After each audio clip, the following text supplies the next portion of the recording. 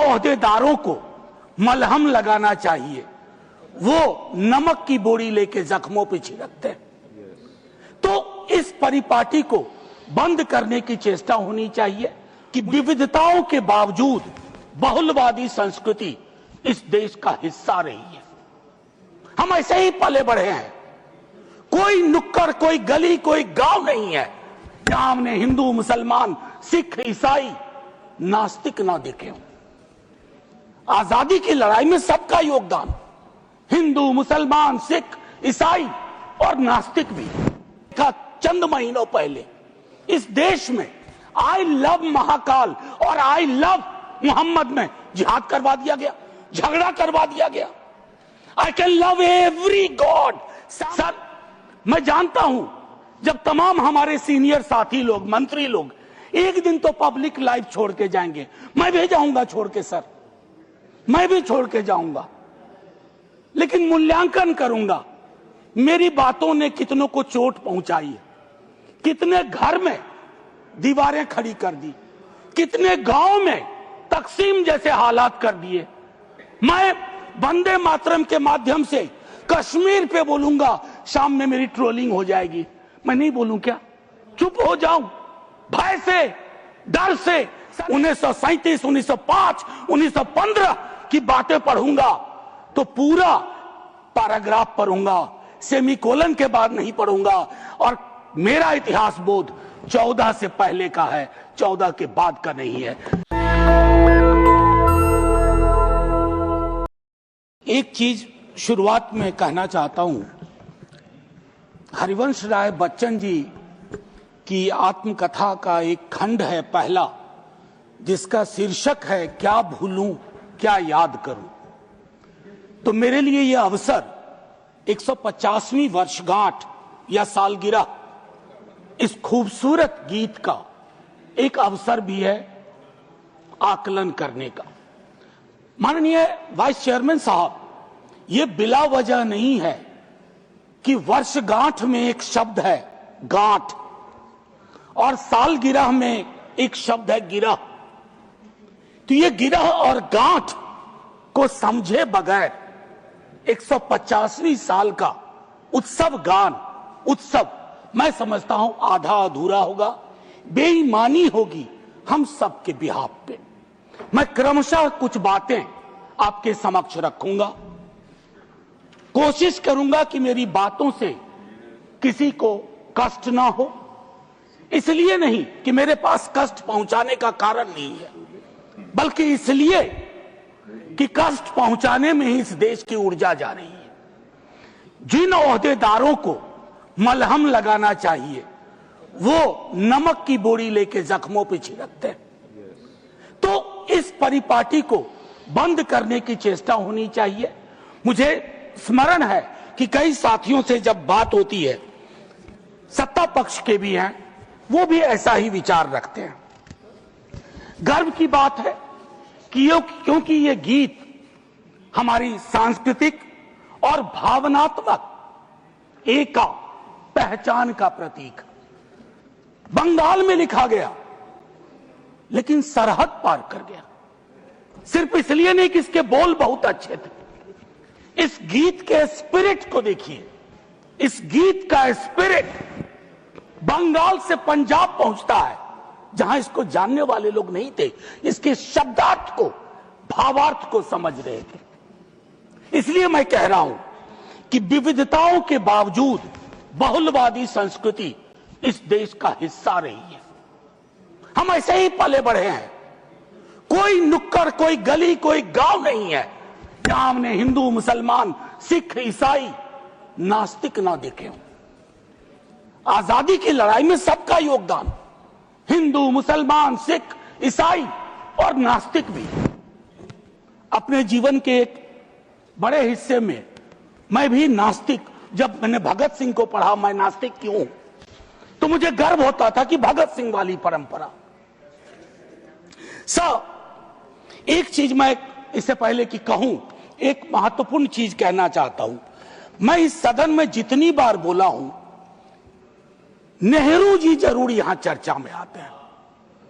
Jawaharlal Nehru sir, मैं कांग्रेस का नहीं हूं, लेकिन अपने को नेहरूवादी मानता हूं, गांधीवादी मानता हूं, अंबेडकरवादी मानता हूं, और परस्पर विरोध नहीं है। इनका तब के वक्त में विरोध था, लेकिन मैं आज कह रहा हूं, अगर कोई ऐसी व्यवस्था हो कि ये पृथ्वी पे आएंगे ना, तो एक मोर्चा बना लेंगे एक साथ मिलकर। आज की हकीकत के संदर्भ में मैं क्यों कह रहा हूं, एक छोटी चिट्ठी, आजकल चिट्ठियां पढ़ी जा रही हैं सर, लेकिन चिट्ठियां पढ़ने में लोग थोड़ी बेईमानी कर रहे हैं। सेमीकोलन के बाद का हिस्सा पढ़ते हैं, पूरा पत्र नहीं पढ़ते हैं। अमृता शेरगिल जी जवाहरलाल नेहरू जी को लिख रही हैं, यह है नवंबर 6, 1937। सर गौर कीजिएगा, बहुत प्यारी खूबसूरत चिट्ठी है। यह चिट्ठी कहती है, उनकी किताब मिली थी आत्मकथा, यह चिट्ठी कहती है, my dear Jawahar, as a rule I dislike biographies and autobiographies, they ring false, pomposity or exhibitionism. But I think I like yours. You are able to discard your hello. You are capable of saying, when I saw the sea for the first time, when others would say, when the sea saw me for the first time. Sir आजकल ऐसे लोग बहुत तरक्की कर रहे हैं जो ये कहते हैं कि समंदर ने आज मुझको पहली बार देखा, ये नहीं कि मैंने समंदर को पहली बार देखा। ये एक महत्वपूर्ण चीज है सर। ध्रुवीकरण आज के हमारे जीवन का हिस्सा बन गया। क्या बंकिम बाबू ने यह कल्पना की थी, उस महाकवि ने यह कल्पना की थी कि देश इतने टुकड़ों में बंट जाएगा? पार्टीशन से ज्यादा अभी मैंने देखा चंद महीनों पहले इस देश में आई लव महाकाल और आई लव मोहम्मद में जिहाद करवा दिया गया, झगड़ा करवा दिया गया। I can love every God simultaneously, yet I want to remain in peace, in prosperity, seeking justice and getting it. ये रवायत क्यों खत्म हो रही है? सर ये निकेन प्रकारेण चुनाव जीत जाए, मैं बधाई देता हूं। चुनाव जीतना एक कला है, हो सकता है ये इस कला में आप निष्णात हो, लेकिन सर मैंने कहा तो मैं चोट नहीं पहुंचाऊंगा, लेकिन चुनाव जीत जाए और देश हार जाए, देश टुकड़ों में बंट जाए, गलियों गलियों में नफरत की फसल हो, ये कौन सा वंदे मातरम है? ये कौन सा वंदे मातरम है?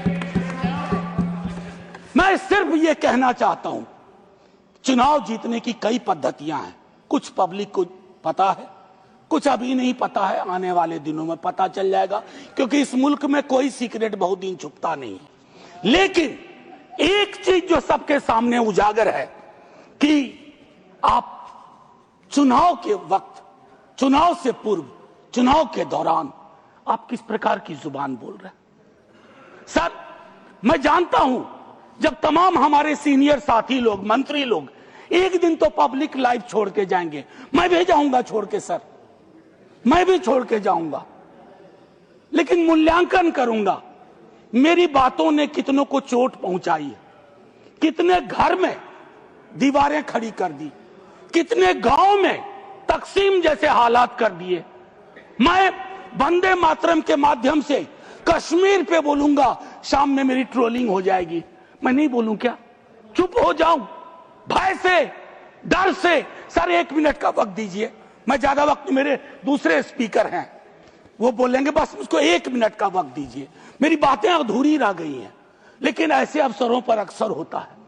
सालगिरह जरूर मनाएं, गिरह का ध्यान रखें, वर्षगांठ जरूर मनाएं, गांठों का ध्यान रखें, और अगर वो न कर पाए तो इतना जरूर करें, इन महापुरुषों को, इनकी रचना को अपनी राजनीति का अवसर न बनाए, औजार न बनाए। और एक आखिरी टिप्पणी करूंगा, पहले भी कह चुका हूं सर, इस सदन में पक्ष विपक्ष दोनों तरफ महापुरुषों को याद करने वाले लोग हैं। सर 30 सेकंड और दे दीजिए, न जाने उस कुर्सी में क्या है जो बैठता है, जो बैठते हैं। सर बस 30 सेकंड दे दीजिए, मैं 30 सेकंड मांग रहा हूं। प्लीज मैं सिर्फ इतना कहना चाहता हूं, मैंने पहले भी कहा, प्रधानमंत्री जी को एक्चुअली बीजेपी के लोगों को नेहरू का धन्यवाद करना चाहिए। वो पॉलिटिकल लाइफ जैकेट की तरह इस्तेमाल किए जाते हैं। Nehru ji political life jacket. इसलिए कल सदन में एक नेता ने कहा, मैं आज यहां दोहराता हूं, एक दिन तय करिए और तय करिए कि मुकदमा हो। आप भी जिरह करिए, हम भी जिरह करें। मैं इतिहास का छात्र हूं, दिल्ली आया था एमए हिस्ट्री करने, धारा थोड़ी बदल गई, लेकिन आज भी इतिहास को संदर्भ में देखता हूं। 1937, 1905, 1915 की बातें पढ़ूंगा तो पूरा पैराग्राफ पढ़ूंगा, सेमीकोलन के बाद नहीं पढ़ूंगा। और मेरा इतिहास बोध 14 से पहले का है, 14 के बाद का नहीं है। जय हिंद, वंदे वंदे। Thank you. नेशनल दस्तक की आपसे गुजारिश है कि अगर इसको बचाना चाहते हैं तो नेशनल दस्तक को सब्सक्राइब करने के लिए रेड कलर के सब्सक्राइब बटन को दबाएं, फिर बेल आइकन की घंटी दबाएं। नेशनल दस्तक को बचाने के लिए बहुत जरूरी है कि हर खबर को शेयर करें, लाइक करें, कमेंट जरूर करें।